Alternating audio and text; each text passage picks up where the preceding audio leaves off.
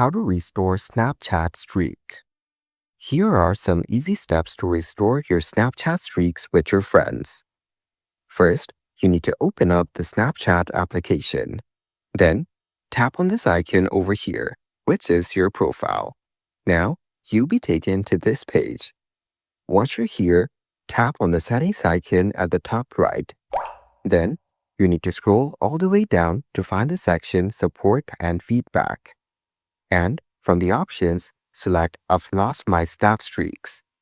After tapping on it, it will lead you to this page. In this page, you need to address your issue more specifically. Here, I'm selecting the option, How do I restore my Snap streaks? After that, you can see there is a guideline, How to recover the Snap streaks.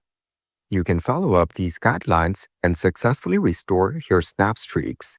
And if you want to get more restore, you can subscribe to Snapchat Premium. Or you can just start a new Snap streak with your friend by sending snaps back and forth to each other. So, by following these steps, you can easily restore your Snap streak.